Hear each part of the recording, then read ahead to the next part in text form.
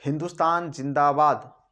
आइए फ्रेंड्स, तो हम लोग कल के वीडियो में देख चुके हैं बाबर के बारे में और मुग़ल साम्राज्य के बारे में कुछ हद तक हम लोग देखे हैं। आइए आज हम लोग इस वीडियो को आगे की ओर बढ़ाते हैं।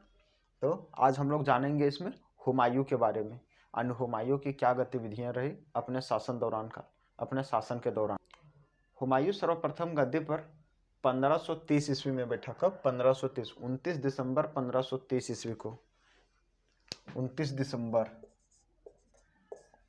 दिसंबर 1530 ईस्वी को हुमायूं सर्वप्रथम गद्दी पर बैठा और इसका शासनकाल 1530 से 1540 तक रहा। यानी 1530 से 1540 तक ये आसानी पूर्वक दिल्ली पे राज किए, यानी दिल्ली के गद्दी पर बैठे रहे। तो अब हम लोग देखते हैं कि हुमायूं द्वारा कौन कौन सा युद्ध लड़ा गया था। तो हुमायूं द्वारा सर्वप्रथम 1531 ईस्वी में देवरा का युद्ध लड़ा गया था। इसमें हुमायूं को बहुत ज़्यादा क्षति नहीं हुआ था, लेकिन फिर भी इसे हुमायूं ने जीत लिया था। बहुत कुछ इसे गंवाना नहीं पड़ा था और ये अपने गद्दी को बचाए रखा था 1531 ईस्वी में। 1530 ईस्वी में बाबर की मृत्यु के बाद 1530 से यह गद्दी संभालना जब से शुरू किया, तो 1531 ईस्वी में उन्होंने पहला युद्ध देवरा युद्ध लड़ा था। उसका युद्ध यानी चौसा का युद्ध 1539 ईस्वी में हुआ था। किसके बीच? हुमायूं और शेर खां के बीच, यानी वही शेरशाह सूरी शेर खां के बीच हुआ था 1539 ईस्वी में। अब 1539 ईस्वी में क्या हुआ? शेर खां इस युद्ध को जीत गया, लेकिन पूर्ण रूप से हुमायूं पर कब्जा नहीं कर पाया, यानी हुमायूं फिर भी दिल्ली के गद्दी पर बैठे रहे। अब अगला बिलग्राम का युद्ध हुआ। जस्ट एक साल बाद बिलग्राम का युद्ध 1540 ईस्वी में हुआ। फिर से वही शेरशाह सूरी सोचे कि अबर तो कब्जा कर ही लेना, अबर तो छोड़ना है नहीं। तो अबर बिलग्राम का युद्ध हुआ 1540 ईस्वी में। 1540 ईस्वी में बिलग्राम के युद्ध में शेरशाह सूरी यानी शेर खान ने इसके हुमायूं के राजधानी दिल्ली और आगरा दोनों शहर पे कब्जा कर लिया। अब ये दोनों शहर पे कब्जा करने के बाद क्या हुआ? हुमायूं कि पूर्ण रूप से गद्दी जा चुकी थी। अब शेरशाह सूरी वहाँ का शासक बन गया था। अब बिलग्राम के युद्ध के बाद हुमायूं ने 15 वर्षों तक, यानी कि 1540 से 1555 तक, यानी 15 वर्षों तक घुमक्कड़ों की तरह इधर उधर बिताया था। सिंध चला गया था। कहाँ? सिंध। अब सिंध में इन्होंने 15 वर्षों तक घुमक्कड़ों की तरह बिताया और वहीं पे इन्होंने शादी भी किया था। शादी किससे किया था? आइए देखते हैं। उसके बाद हम लोग सरहिंद के युद्ध के बारे में देखेंगे। इस युद्ध में शॉर्टकट एक चीज मैं बता देना चाहता हूँ, इस युद्ध में इन्होंने पुनः अपना गद्दी हासिल कर ली थी 1555 ईस्वी में सरहिंद के युद्ध में। लेकिन इसके बीच इन्होंने शादी किससे की, आइए पहले उसके बारे में जानते हैं। तो हुमायूं ने मीर बाबा दोस्त उर्फ मीर अली अकबर जामी की पुत्री हमीदा बानो बेगम से 29 अगस्त 1541 ईस्वी को इन्होंने शादी कर लिया था। यानी कि 1540 ईस्वी में, कब? 1540 ईस्वी में इन्होंने युद्ध हारा। 1540 ईस्वी में इन्होंने युद्ध हारा हुमायूं शेरशाह सूरी से, और 1541 ईस्वी में इन्होंने 29 अगस्त 1541 ईस्वी को इन्होंने शादी कर लिया। काहे? इसका गम भुलाने के लिए। आजकल तो कितना दिन तक गम याद रहता है, लेकिन ये अपने गम भुलाने के लिए शादी कर लिया। कब? 29 अगस्त 1541 ईस्वी में मीर बाबा दोस्त उर्फ मीर अली अकबर जामी की पुत्री हमीदा बानो बेगम से। और यही हमीदा बानो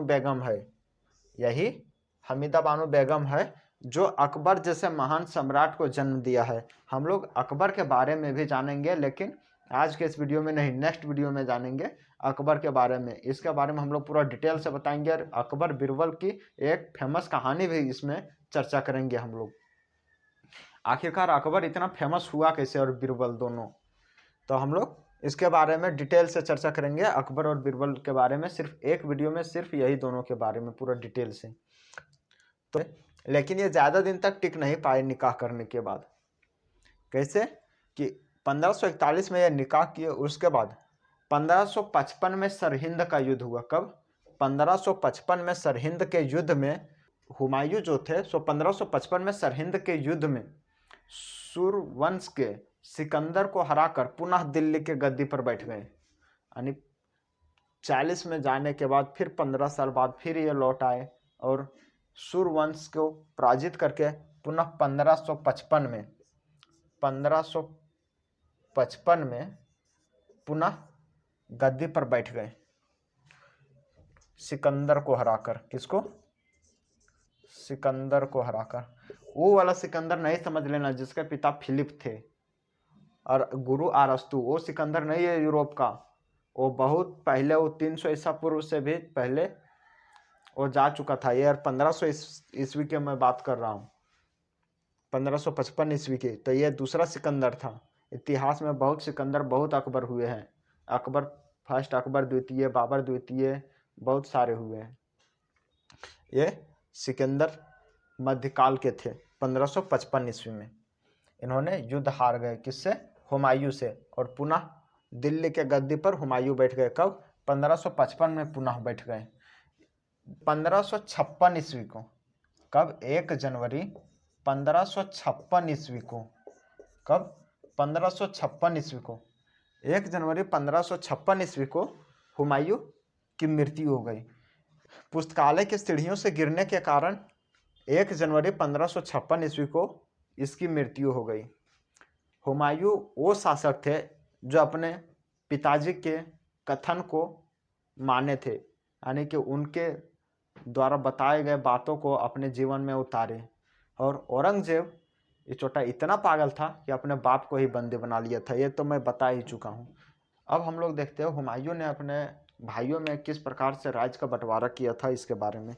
सबसे पहले हुमायूं जब दिल्ली का शासक नहीं बना था, कब? हुमायूं जब दिल्ली का शासक नहीं बना था, उस समय यह बदख्शां प्रदेश, यानी ये जो प्रदेश दिख रहा है बदख्शां प्रदेश, जो बाद में सुलेमान मिर्जा, यानी इसके चचेरे भाई थे सुलेमान मिर्जा, उन्हें दे दिया गया था। यानी पहले बदख्शां प्रदेश के सूबेदार थे। यानी जिस समय बाबर दिल्ली के शासक थे उस समय हुमायूं बदख्शां प्रदेश का सूबेदार था। हुमायूं, अब देखिए, हुमायूं ऐसे 4 भाई होते थे। हुमायूं, कामरान, अस्करी और हिंदालिया अपने में थे। ये चारों क्या थे? ये चारों अपने भाई थे। सुलेमान मिर्जा इसके चचेरे भाई है। क्या है? चचेरे भाई है, चचेरा भाई है सुलेमान मिर्जा। बाबर के पिता अनुसार कामरान को काबुल और कंधार दे दिया, और इसके पिताजी ही इन्हें बोले थे कि कामरान को काबुल और कंधार का राजा बनाया जाए। कामरान को काबुल और कंधार देने के बाद अस्करी को संभल मिला। संभल एक प्रदेश था, उसे अस्करी को दे दिया गया। और हिंदाल को अलवर एवं मेवाड़ मिला, और हिंदाल को अलवर और मेवाड़ छोटे से राज्य को में गुजारा करने को मिला। और अपने चचेरे भाई को सुलेमान मिर्जा जो थे उनको, जिस पर पहले हुमायूं सूबेदार थे, उसे बदख्शां प्रदेश अब सुलेमान मिर्जा को दे दिया गया। इस प्रकार से ये अपने चारों पांचों भाइयों में अपने सभी प्रदेश के बंटवारा किए थे। जाते जाते मैं आप लोगों को एक मोटिवेशनल स्टोरी बताना चाहता हूँ। छोटी सी है, शेर है, मैं बता देना चाहता हूँ। लहरों को शांत देखकर ये ना समझना कि लहरों को शांत देखकर ये ना समझना कि समंदर में रवानी नहीं है। जब भी बनकर उठेंगे तो तूफान बनकर उठेंगे।